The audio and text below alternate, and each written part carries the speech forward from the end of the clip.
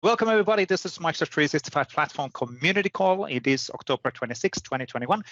My name is Vesa Juvonen. I'm a Principal Program Manager in the Microsoft 365 Platform and running some of these community efforts. Now, today we'll have a typical set of, let's say, few recurrent slides, which we're always showing, just in case, because there's always new people joining in these calls. We do get every now and then feedback related on, well, showing always the same slides, but be patient.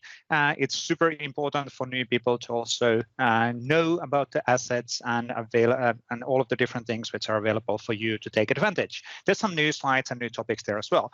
And then we have the real stars of today, who are Kathy, Du, and Andrew, who are going to actually do really cool demos today. So we're going to talk about the hub of hubs. So this is something related on SharePoint where you can build hub associations. I'm probably using a wrong terminology here. So Kathy is going to fix probably that relatively soon. And then Andrew is going to talk about the progressive web apps and beyond Supercharging OneDrive and SharePoint web apps. And that's basically more on what are we doing on the performance side of the house. So updates on that one, and potentially maybe how that can be in future taking advantage also on the extensibility side. I'm putting him on the spot on here. Let's see if we can touch that topic as well. But really talking focuses on the, in quotes, ludicrous speed of the lists in the SharePoint and Microsoft lists in the future. Now, a few recurrent, let's say, slides and announcements. So first of all, our list of links. So we do have two different YouTube channels, the official YouTube channel, official codes, the developer channel, and then we have the community channel where we have all of the recordings available. Both are super cool channels to actually subscribe on, so please do that. We do have a lot of open source assets available across multiple GitHub repos and multiple GitHub organizations, but because that might not be always the best way of finding the sample what you're looking for. We also have multiple sample galleries, and we are still a bit delayed on this announcement, but we're in progress of releasing a unified Microsoft 365 sample gallery. So in future, it doesn't matter if you're looking into doing, let's say, Microsoft Teams bots or list formatting sample, or looking into doing something in list formatting itself. You can go to one single location and just do a search query, and you will find a sample for you based on your search criteria. And if you're wondering that there's too many URLs to remember, only luckily there's one of them, which is the main one, which is the AKMS M365 BMP, which is the right side URL from where you can find all of the assets and available support for you to be successful in your day-to-day work. Now, one of the things which I always want to promote here is the free Microsoft 365 developer program. It doesn't cost you anything, and you will get a free E5 developer tenant. And as long as you use that tenant for developer usage, it's going to renew automatically in 90 days. And that's really, really cool. So we're giving that for you for free. Again, if you're using that tenant for other usage, then it will not renew. So there's an internal telemetry and instrumentation in place. It's not going to look into any of the content, but it's detecting are certain APIs used, are certain extensibility points being used, and it's going to renew automatically if that is the case. Now, something new also in here. So we do have a great set of new learning paths, free training available for Microsoft 365 platform. And the latest one, which is relatively new, I think it went live actually last week, is the learning path for extending Microsoft Viva Connections. So this is really focusing on the Viva Connection, how to do extensibility into the Viva Connection desktop, and how to do extensibility in Viva Connection mobile. Me and Waldek Mastercards will also have a live session in next week in Ignite to go through this learning path. So that's a nice 60-minute or 75-minute session in the Ignite sessions or Ignite agenda. I kind of talked about already the unified Microsoft 365 sample gallery. We have a few things here which I still want to kind of fix until we will make the official announcement, but we do have already more than 600 samples available. It is fully functioning. We're basically saying that it's still in preview because there are certain hiccups here and there, which we again want to still address.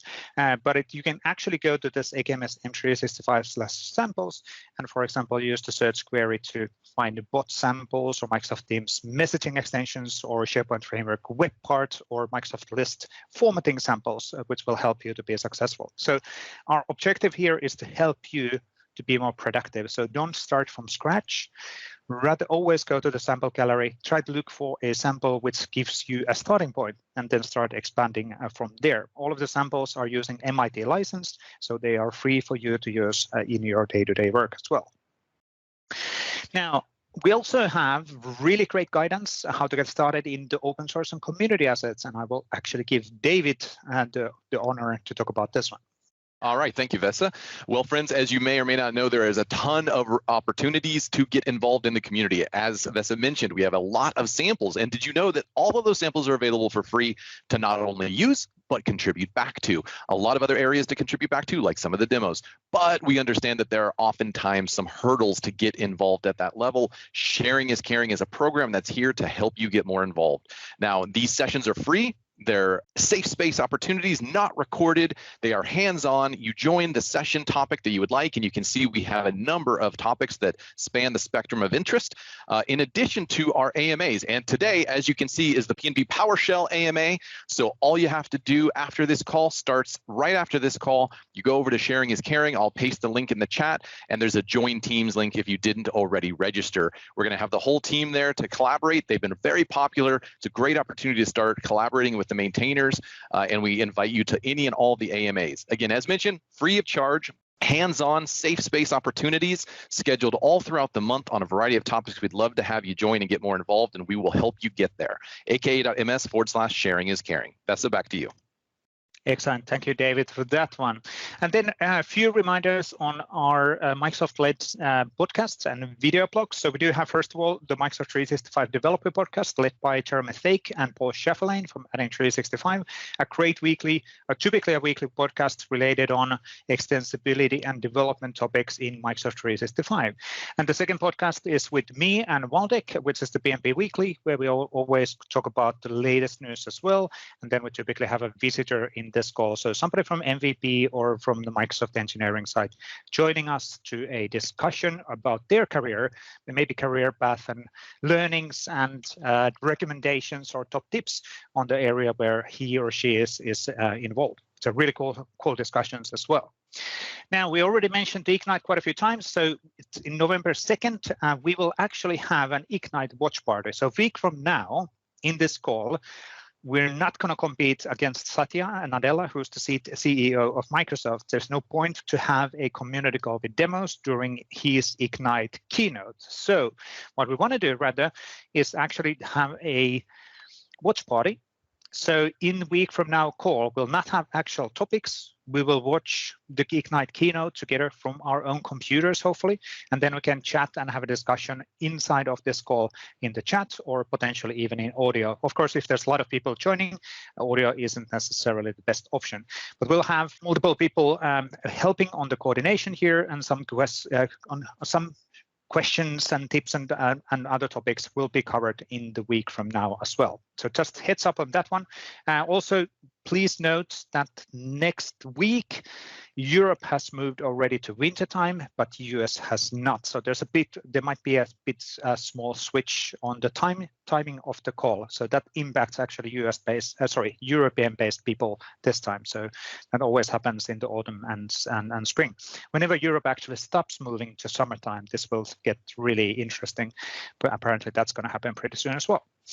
Now, a few news from this week. So first of all, the biggest news probably in the platform side of the house was the announcement of SharePoint Framework 1.13. And this is the one which is supporting extending of Microsoft Viva Connections. So that is the platform for Microsoft Viva Connection has been now GA'd. So you can actually start building extensibility using 1.13. Now, I must say that there was few small itsy-bitsy issues in the 1.13 release, which is kind of a semi-expected, not really, we would not like to have them, but we will release on 1.13.1 relatively soon within upcoming weeks. You can already use 1.13, but if your functionality is using, for example, dialogues, which were part of the SharePoint framework, then you might want not to actually operate yet on the 1.13 and wait for the 1.13.1, which will address that one small known issue. There was also 2 other news. So OData property changes in Microsoft 365 usage report APIs in Microsoft Graph, good announcement and updates on that one. And then use end-to-end encryption for one-to-one Microsoft Teams meetings. So that's a setting which you can actually set in a tenant level to control that kind of an encryption level in those calls. And that's really for example, for financial companies when they do business to consumer discussions potentially. So that's a really cool thing as well. Thank you, Brian, for that one. That's pretty bold slide on the chat where Satya is on the agenda for our call. Well, it's not technically lying, right? Now, one also reminder from last week, we shared the monthly updates on the Microsoft 365 community, and this is basically a summary of all of the things which have happened within the past month, so the blog posts, announcements, videos, and we're calling out all of the people who've been actively involved within the past month and the companies who've been allowing their employees to be involved in the open source and community. Cool, a lot of talking, but before we go to the actual demos of today, let's do a quick picture time. So if you're willing, let me actually add or change ourselves to together mode. You can put your video enabled and we'll see everybody coming here. I will actually start the Camtasia recording, 1 second. So we'll grab again a nice GIF animation out of this. Where is my Camtasia? There it is. 1 second. I will need to set on things properly. Are we filling in? Let me actually do one more scene setup. So we're going to flip, let's say, auditorium black. There we go. We still have a few more seats available. I will enable video if I'm going to actually get there as well. And we're not yet recording. 3, 2, 1, and now we are recording. So welcome everybody. Good to see everybody. Great to have you on the call. I will be personally at least in Düsseldorf in a Collab Summit later this year, and hopefully you will be able to access that or the Las Vegas, which will be great opportunities for seeing people in person. Finally, it's finally getting a little bit of direction. Thanks everybody. Great call and great GIF animation from there. Cool. And now it's time for the actual stars of today. So we'll start with Kathy Du, and then we go to Andrew Esipov after that. But Kathy, the stage is yours. Good day, good afternoon, good evening. Hello, everyone, depending on where you are joining us from today.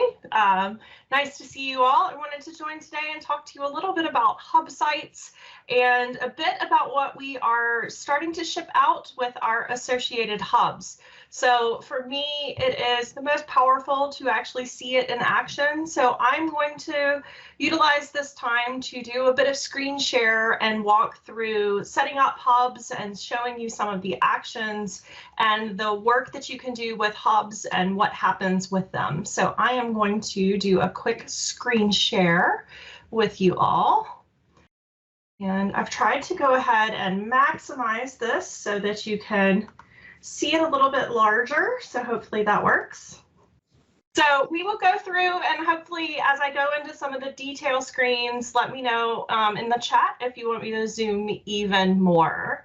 So with this, I'm going to start by showing a little bit about hubs just in general. So a lot of this functionality is admin focused to designate a site as a hub or to associate hubs together with our new associated hubs. You do this as a site admin.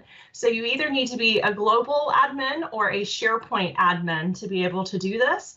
And so with that, in our active sites panel of our SharePoint admin center, you'll come in and select that site. And so here you can see I've selected our design site, and in it you can see the hub settings here at the top. So if I come in and say edit, you can see that this is a particular site that I have already made a hub, and I have delegated the name of that hub. And at the time, I could designate who I want to be able to associate sites to that hub. Now, this is a really important step. If you want to limit the people who can designate sites or associate sites to this hub, you'll do this at hub designation. That first time you go in and create this through the UI. If you want to change this in the future, you would do this via PowerShell. So you'll come in and make this change when you create it. And then you'll see in here this new piece that's shipping as a part of our associated sites, which is the Parent Hub Association. We'll get into that a little bit later, but I'm going to first show you how you go in and designate sites as a hub. So this is an existing site that's been designated as a hub.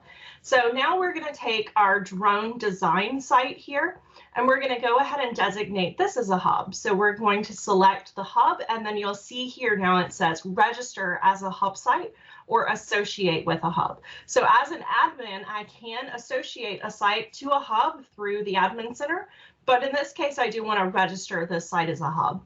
So I'm going to go through and register this as a hub. It's going to suggest the hub name of drone design because that's the name of the site. So I can choose to say that is the name of the hub that I want. And then again, I can designate who I want to be able to associate sites to this. So with this, I'm going to go ahead and select the people that I would like to be able to associate sites to this and go through and identify who those people are so that they can designate those sites through the UI that they would be able to go in and do that. So we're going to designate a few people who will be able to associate sites. So with this, I would just pick the people that I know are the site owners for those particular sites and go ahead and hit save. And so you'll see once I do that, it's going to go ahead and make that change. And now that site is designated as a hub. So if I come over to that site and I refresh, as it goes and it does that designation, it's going to have made this a hub. And so you'll see it'll add that hub bar and it'll give me that different information here where I can come through and edit that, as well as it's going to add in my hub site settings through the year on the site itself. So I can now come through the hub site settings and change the name, upload the logo, different navigation approval there, and saying who I want it to be. Do I want to ask people to require approval before they associate sites here? So it's great to start seeing this. And the other piece that you'll notice here is we're starting to display again that associated hub component of it. So here we'll start to display if this is part of an associated hub, you'll be able to, through hub site settings in the site itself, you'll be able to see that parent hub association as to what it is through the site itself. Now remember, you have to do this hub site association through the admin center. So only the admins can do this, but as the owner, I would be able to see what that association is through hub site settings. So you can come in and see some of these different components here through hubs and come in and customize it with the logos, showing the name in the heading or not show it. All of these great settings and configurations. So just a few things to note there. Customizing the navigation, much the same as you always do. Adding links, you do get the same kind of navigation editing experience of where I come in and I add in a label and I can put in that text here of drone sites. And I can designate if I want it to open in a new tab or not. And then as I add those, it's going to put them in the labeling and we can go in and save that. And as we edit our navigation, then it's going to start to put that into that navigation. Now, there may have been a new thing that you saw as a part of this. As I come in to edit this navigation, you'll start to see some of the different options that are starting to show up. Associated hubs and associated child hubs. This again is a part of our associated hubs components. So as we've added in associated hubs, we're giving the ability to quickly and easily add in links to those associated hubs into your hub navigation so that you can easily link between those hubs through the navigation component. So you'll start to see that appear. Now let's go take a look at how you create those associated hubs. So we have our drone design and we have our design. So let's come in and take our drone design site. And with it, let's go ahead and associate a site to that. So we're going to take our Mark 8 project team and we're actually going to go ahead and associate that with a hub. So here I'm going to come in and associate that to my drone design hub site right through the admin UI. And we're going to go ahead and hit save. So that'll add a site to it. And then once I've done that, you'll see that show up in my hub. And then I'm going to take my drone design site and I'm going to go to edit the hub settings. Now remember, this is a hub site. And so I want to associate this drone design hub site to my higher up design, the hub site, because I want to associate my multiple design sites together. So you'll see when I come into that drone design site and I go to my parent hub association, it now lists all of those different hub sites that I have in my tenant. And so I can see I have global marketing, drone design, and branding and design. So I'm going to associate the drone design site to my branding and design site. And so once I do that, you'll start to see some of these just different up levelings happen. This is purely a relation of content component. So there's no setting inheritance that happens with associated hubs. This is going to allow me to have an easier way for my users to find related content amongst design components. So from that search capability, having that content relationship between my drone design and my branding and design hub is really important. And so being able to go in and see what those are and have that content be related across it. So now if I come here to my design site and I come up to my branding and design navigation, now it's one of those things where it would really make sense for me to pull in my associated hubs. And here I could pull in that link and put in my drone design link where I want that to open up. And I could say I want that to open in a new tab. And so when I pull that in, you'll see it gives it that labeling of how I want to call it. So probably don't want to call them the same thing. So we'll come up with the maybe call it design teams, maybe. Find the right naming. It's always the hardest part of a navigation component is what to call it.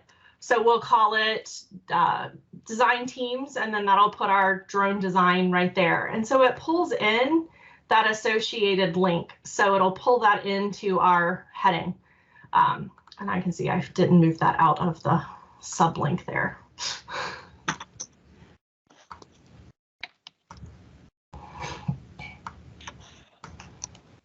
There we go. Early for me. So now you see that associated hub showing up easily through that parent hub navigation. And so being able to easily associate across them. Now this is a choice. You may choose or not choose to have the navigation show up as part of the navigation, but making it easy for you to have that navigation be something that you add into your hub navigation if so desired. So kind of having that way to quickly and easily associate hub sites together, making it easier than ever to build that relationship between the content and kind of associate things together. So it's really easy to kind of work with hub sites to kind of associate your content together, to build those relationships and to have that different syncing of content across the different relationships. So now I'm going to take a second to pause and maybe Vesa, Brian, someone, if you want to prompt me if there's any questions that I need to answer, because yes. I haven't gotten a chance to pay attention to the chat. Let's do a quick questions at this point. So there was a, would I need to be a global or collection admin for both SharePoint and Teams to designate/create a hub? So you need to be a global admin or a SharePoint admin to designate a site as a hub or to associate hubs together. It's not a Teams admin, it's a SharePoint admin. Cool, that's really good. And then the question from Benoit Verner, the scope of current hub and sites in the search bar, is that new? That was a good catch. Yeah, great catch. So that's actually really cool as well. Lou Farho is asking, will GCC get this too? That's a great question. So, and I will say that I know there's desire to have it in GCC.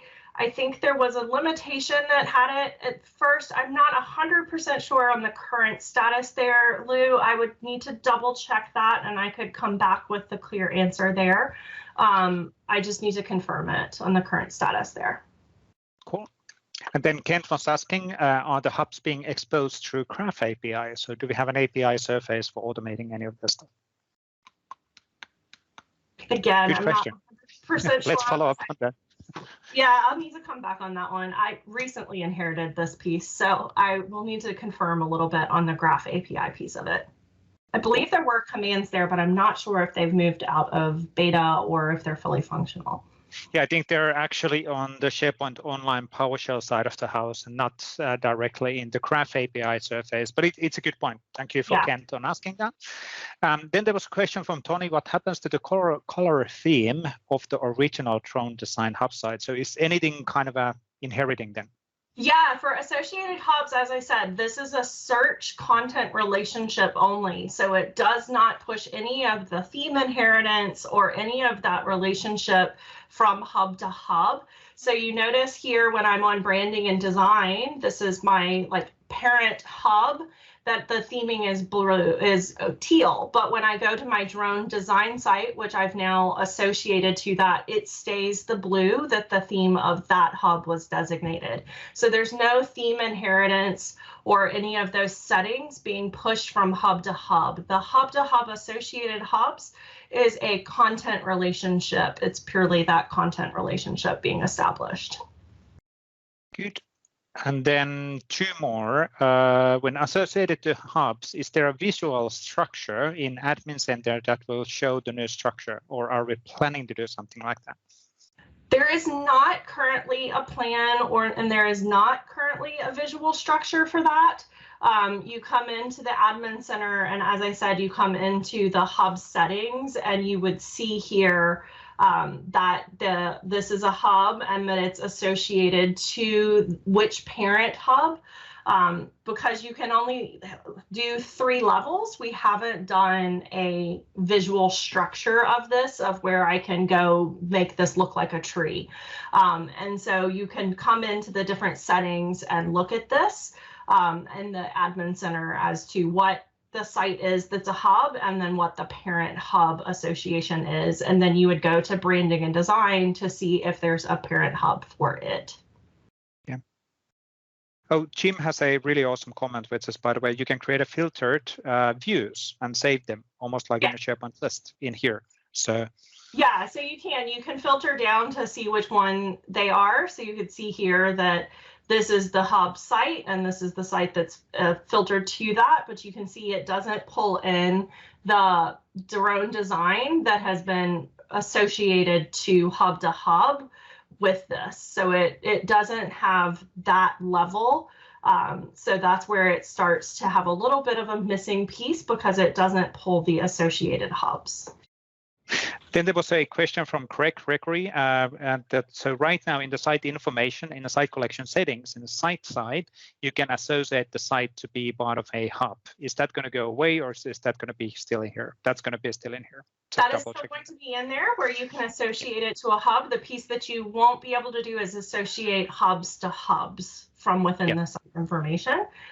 So in here, you could still go in and associate sites to a hub. This one is already a site that's associated to a hub, so let me pick one that's not. Let's see this one, so that I can show you. That is not planned to go away, of where the users could go into their site themselves, the site owners, and go into site of information and then associate it to a hub. That is not planned to go away. So they would be able to come in and still associate a site to a hub through the UI. Good comment from Craig as well. We are hub, so make a hub. Yes. Right. So hub. Yeah. So. It is. It's a mega hub. Mega hub. And then Sai Bola had a question: does the user needs to have rights on the associated hub? Are permission respected with the associated hub? So what about navigation?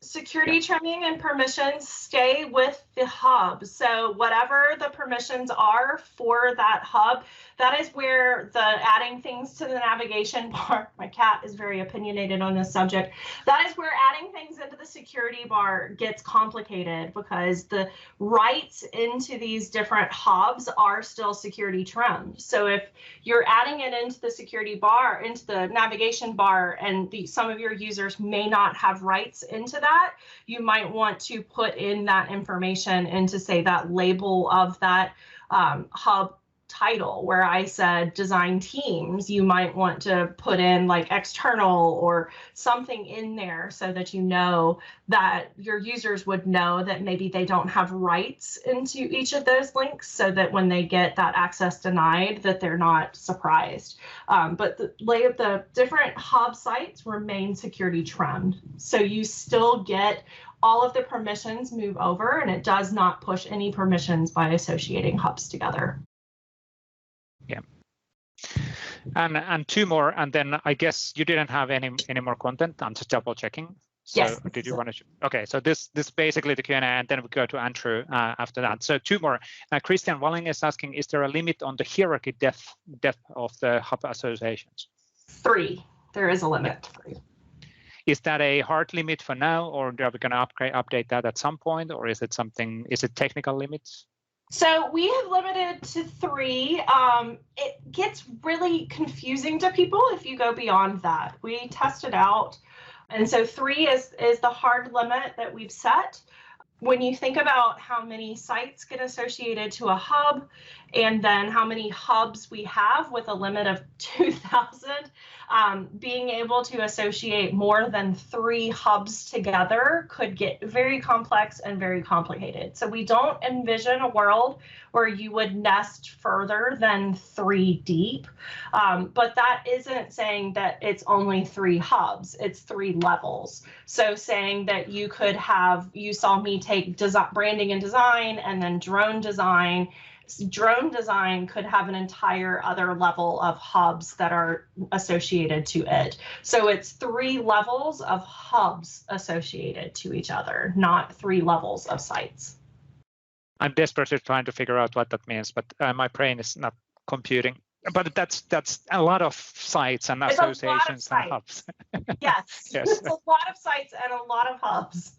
Yeah, exactly. My math is just horrible, so it's okay. I think that's pretty much. There was can we get a list of reference which is hub site in the which associated hub site as a lookup in list? So this is basically, again, do we have a view on the hub of hubs and sites somewhere? Or what about, that could be an option for somebody to, of course, create as that the information should be exposed in the API level. So somebody could actually create an extensibility of drawing that, but we don't have that natively in the product, right?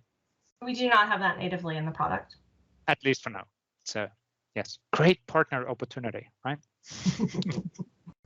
Good. Yeah, thank you all for the great questions. This is really helpful for us. We're looking forward to people using associated hubs and giving us some real world feedback for how you're using it and what improvements you would like to see. We're definitely starting to hear improvements that people would like to see, and the first people who are starting to be concerned with hitting our 2,000 hub limits. So we're definitely looking forward to hearing people use associated hubs and hearing your feedback. So please let us keeping that feedback coming. Excellent. Thank you, Kathy. Really good stuff, and a lot of good questions going through as well. Good to get them covered and good to have that overall view on the things. And then we have the second star of today. It's Andrew Isipov, who's my actually teammate, so from the platform team. So well, I was promoting your demo as a ludicrous speed. Is that a right way of saying that? Yeah, pretty much.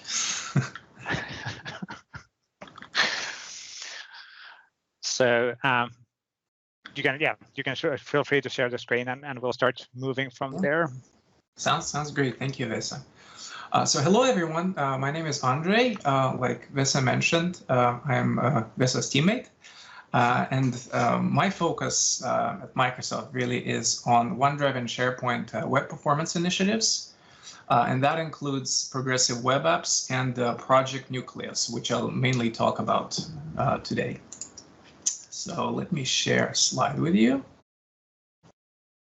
just to give you an introduction what Project Nucleus is if you're not familiar with it.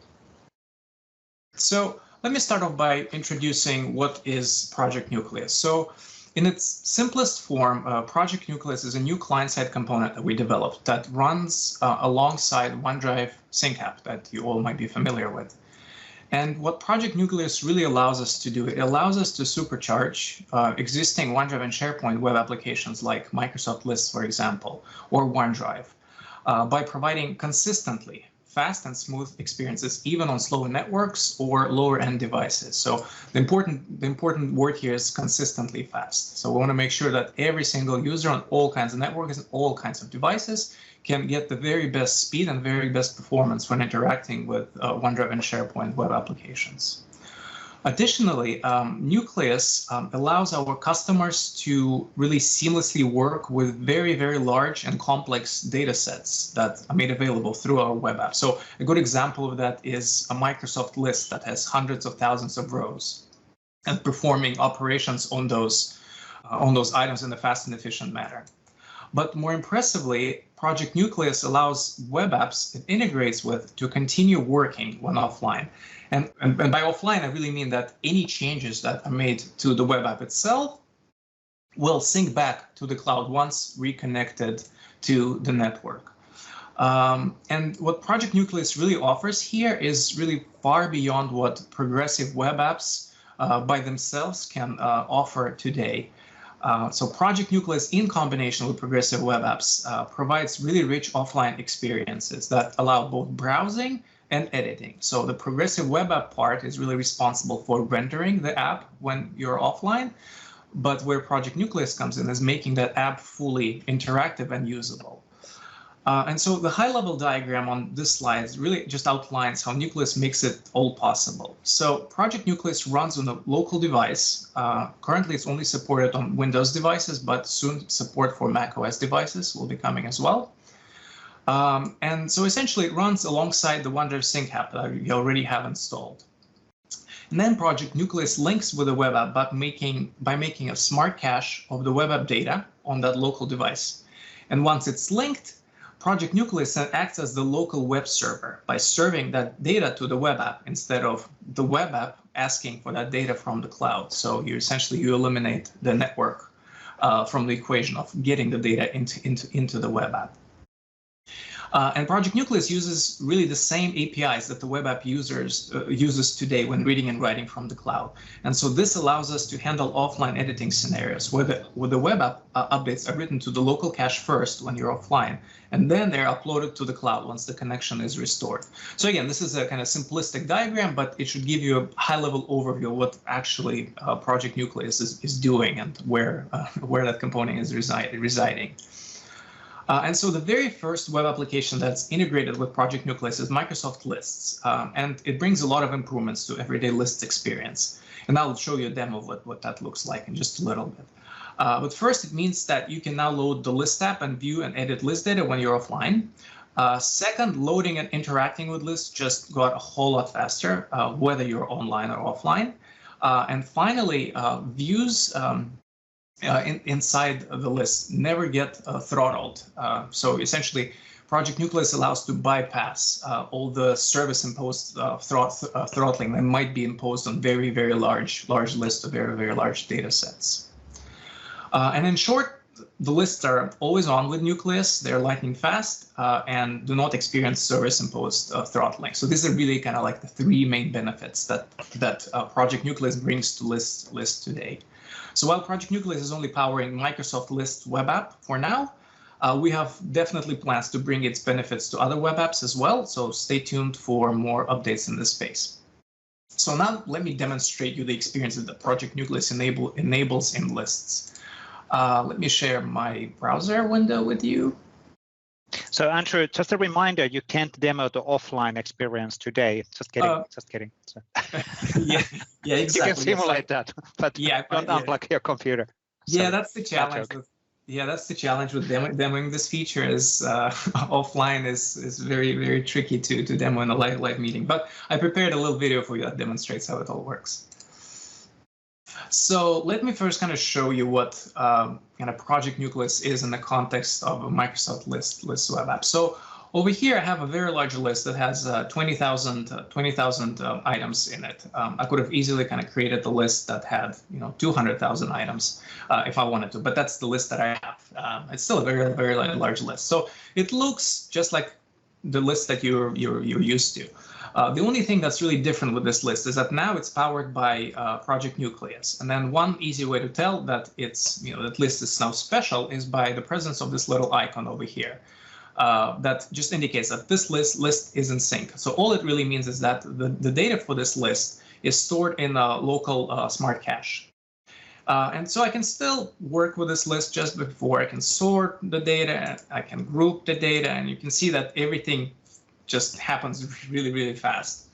And so this is what Project Nucleus really enables. So all of these operations that I just performed actually never even were executed against the cloud APIs. All of them were done locally. And so just so you can understand what's actually happening behind the scenes, let me open the DevTools and kind of show you what's really happening here. So let's just sort by purchase data against older to newer. And now let's examine the API call that was made. So this is one of the main APIs that we use to display list data and perform list operations. It's called render list data stream.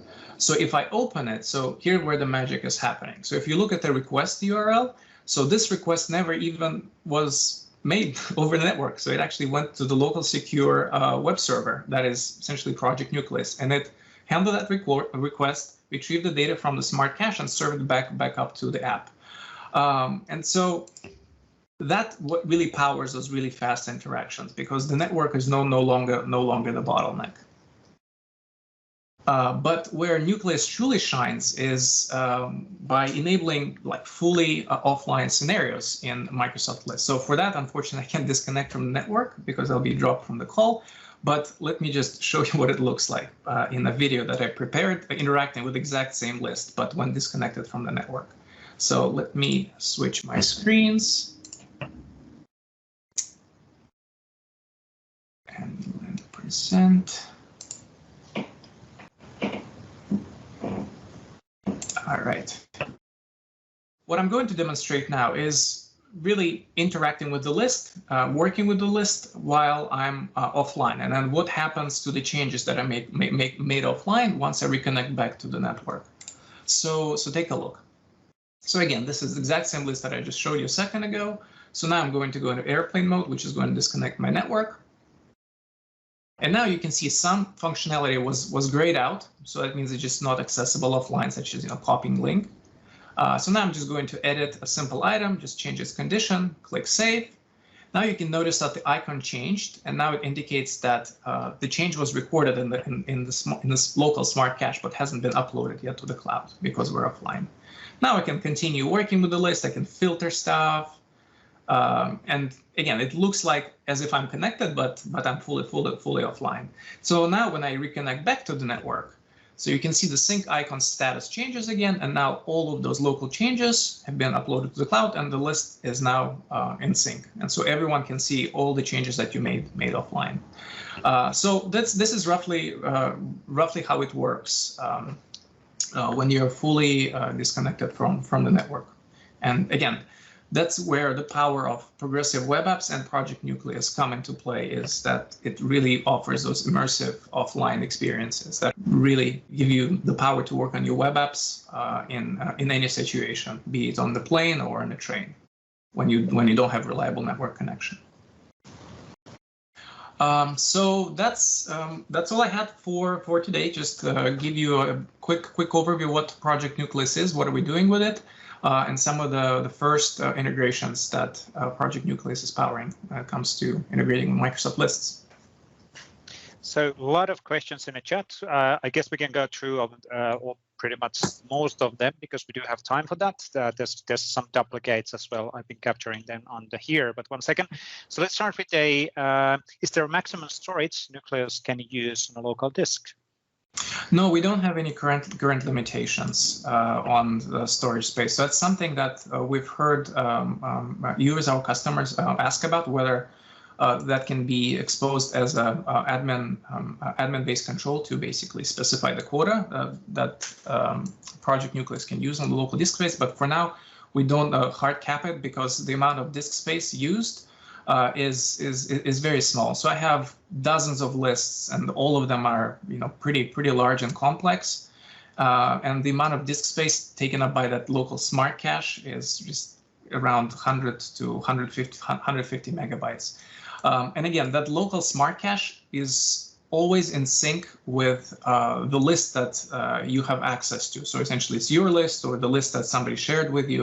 So the moment that somebody stops sharing a list with you or you delete a list, that data is purged from the local smart cache. So it's never going to kind of balloon out of proportion, right? So it's always kind of in sync with your what we refer to as kind of the working set of lists. Yeah. And related on that one, actually, so really good question, which came up actually numerous times already. So how are the conflicts handled when two people edit the same list and probably same items offline and then sync? So how is that happening? Yeah, so in general, the approach that we follow is that the last writer wins, so to speak. But there's obviously scenarios where you can't apply this strategy universally. So for example, if I and Vesa are working on the same list, so I happen to disconnect from the network, Vesa is still connected, and Vesa deletes a column that I happen to be editing offline. And so once I reconnect back to the network, and then Project Nucleus is trying to upload that change, that column no longer exists. So that's an obvious conflict, right? And so for cases like that, we built a special UI that's available within the list web app that will notify you in cases where there are merge conflicts, and then we give you the option to either dismiss this conflict and just accept the server change, or you can manually update the list with the value that was stored and provided for you in the conflicts UI. Which is basically how files editing work as well with OneDrive, right? So if there are conflicting edits, for example, in PowerPoint slides, and you're doing them in OneDrive, and then whenever you're connected, it will actually show you that, hey, there's a conflict which I cannot resolve. So please fix these things. Which relates actually on one question which came up, which is what about files? But what about files? I'm sorry, it's basically OneDrive for Business and OneDrive. Isn't that the case? Sorry, Ves, can you repeat it again? Yep. So what about files? We're talking about lists here, but the answer for files is basically just OneDrive for Business, right?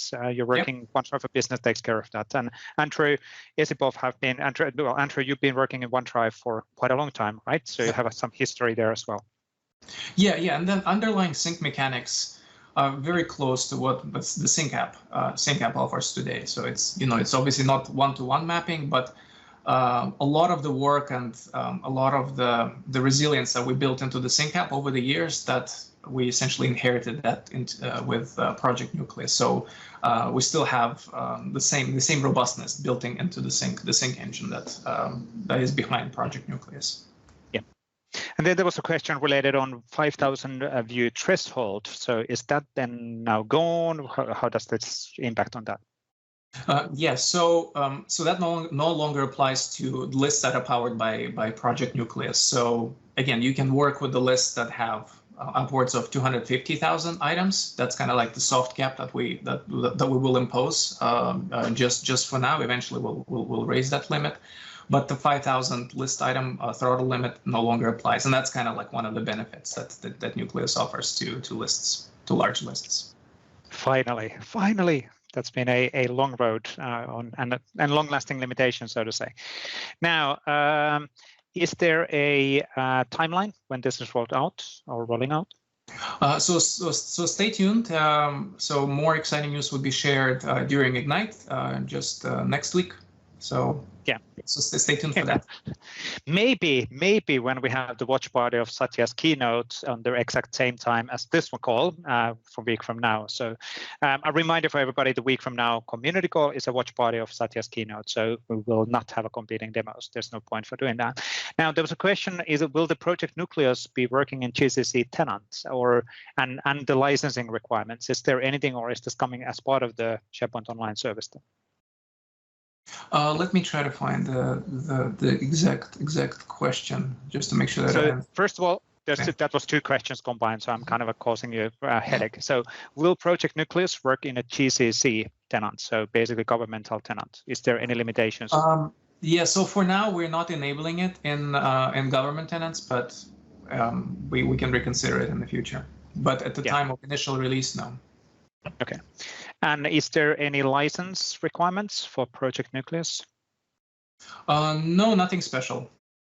Okay, so it's part of E3, kind of a part of the baseline services which you're getting as you're using Microsoft 365. Now, you might actually, people in this call, I think it's fair to say, you might be like, well, why are you giving all of this awesomeness for free? Well, this actually benefits us as well, because it reduces the frequency as the client is hitting server.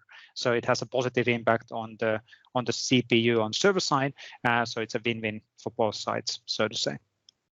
Now, there's a question from Shao Mendes, which is where the smart cache is saved, in IndexedDB, or what's the technical details behind of it, if you can elaborate on that. Yeah, it's stored in a SQLite database. So like whenever you get a chance to kind of play with lists that are powered by Project Nucleus, once we officially announce it, you can find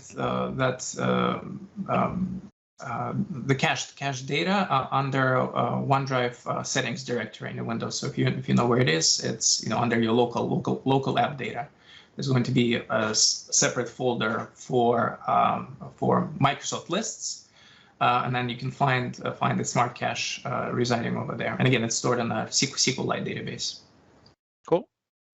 I'm watching older questions and newer questions. So first of all, will this work in the managed metadata columns and complex column types as well, or is there some sort of limitations on that? Yeah, that's a great question. So what I didn't mention was that so Project Nucleus currently does not support every single list type. So some list types are excluded from being eligible by being powered by Project Nucleus, but we're working every week on kind of bridging the eligibility gaps. So there's a few restrictions. For example, currently calculated columns, lists with calculated columns or validation formulas, or that support folder creation, they're not eligible by default to be powered by Nucleus. But that support is coming very soon. So we're looking into having the complex column type supported as well in the future. Yeah. That's actually really, really cool.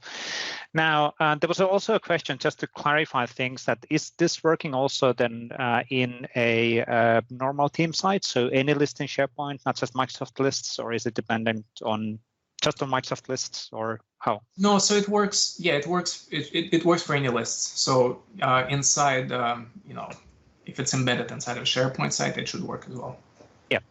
Makes sense. And then there's a good set of questions related on Mac OS support and a mobile support. Any updates on those? So Mac OS is definitely, adding support for Mac OS devices definitely on our roadmap. So that's hopefully will be coming soon. Mobile, it's not yet on our roadmap, but we're still evaluating whether that's what scenarios make sense for us to enable through Project Nucleus in the mobile context. But we're definitely heard about the requests here. Cool. That's really good as well. Then there was questions related on list item comments. Are those included in the data which is getting replicated? Comments, I believe we don't support them just yet, but they will be added shortly. I'll need to double check. So we still have a number of eligibility restrictions. Can't quite remember if comments are already supported or not. Well, I believe anyway, we're looking. Yeah, I believe we're looking into will be coming in shortly. And then we still have a few minutes, so I can actually have a few more questions. But there was a really good question from Sydney Thornton, which is, can you speak about the security if your laptop dies or is stolen, about the data which is being locally stored? So again, it's the data is specific to you, so it's basically linked to your user account. So if your user account is compromised, I mean there is a potential for getting access to the data. But again, if your user account is compromised, you know, the malicious actor can get to your list data by going to the web app directly and using the exact same credentials to get access to the data. And it's much more accessible, right, in the web app. You really need to understand like where that local cache is, what it is, make sense of it. And again, it's tied to the user account. So when the data is at rest, and all the interactions between the web app and the local web server, which is, you know, part of the main components of Project Nucleus, all of that is encrypted. Yeah. So and most likely the data which is stored locally is encrypted in certain level as well. So it's not just as long as you plug in the hard disk, you can get access to it. So yeah. And especially, for example, in Microsoft, every single hard disk will need to have the BitLocker on. So that means that getting access on the hard disk doesn't mean that you can get access on any of the data. So good. I'm probably missing most of the questions we actually went through. What about geolocation fields? That groups into the, let's say, the central or the overall complex field type. So in progress to potentially support in future. I assume you're referring to latitude, longitude. Yes. Yeah, that's already, that should be already supported. Cool. Really good. Yeah. Excellent. And let me just kind of say the majority of list types are supported. It's just some list types. Specifically, you know, the big buckets are the columns that have calculated values. So if you have a formula to calculate value in the column, you have some validation formulas. These are kind of the biggest chunks of list types that we are not yet supporting, but that support is coming very soon. Yeah. And then two more, because there's good questions. So first of all, API available for developers to maybe take advantage. And then Hasem is asking Power Apps and Nucleus. Any options over there? I mean, we definitely hear requests and desire for API access to Nucleus, and that's definitely like part of our roadmap. And we really want to figure it out. How can we offer Nucleus as a platform and provide third-party API access? Currently, we don't provide it yet because it's still a new component that we're basically just now making available to the public. But that's definitely part of our kind of overall roadmap and vision for Nucleus as a platform. We want to make it accessible to third-party app developers as well. Cool. But not immediately. And then there was the Power Apps and Nucleus. So it's Nucleus only related on SPO and OneDrive, at least for now, and then potentially future somewhere else. Any plans on that? Yeah, so it's kind of similar answer. So for now, we are tackling the OneDrive and SharePoint web apps first. So we're integrating with all of our mainstream web applications, and eventually we want to open it up for kind of broader access and for some new scenarios as well. Cool. Now, I do apologize. There's a lot of good questions coming in all the time, but we're running out of time as well. I think a lot of people have following meetings, Andrew as well. But thank you, Kathy. Thank you, Andrew. Really good stuff. Absolutely brilliant to have an overview, and then having the Q&A always helps to cover all of the things which people are thinking, and we'll get all of that collected for sure. Now, just to recap, we have a lot of community calls available in the different locations. AKMS M365 BMP is the centralized location to download recurrent invites for these. The recording of this call will be available within 24 hours in the Microsoft 365 community YouTube channel. Subscribe on that, so you'll always get a notification when there's a new video. There's typically at least one new video every single weekday released in that channel, so there's always fresh new content. Follow us on Twitter to easily stay up to date on what's happening. And then next Microsoft 365 PlatformCon is the November 2nd, and that's going to be the Ignite Watch Party, where we're going to watch together Satya's keynote. So if you're interested on having a chat about what is getting announced there, join us. We will be during this hour week from now again. But and if you're from Europe, it's 1 hour before, because the call is actually created in Pacific time zone. But thank you everybody for joining today. Please remember to give us feedback and let us know what is needed to help you to be more productive. But thanks, everybody. See you next time.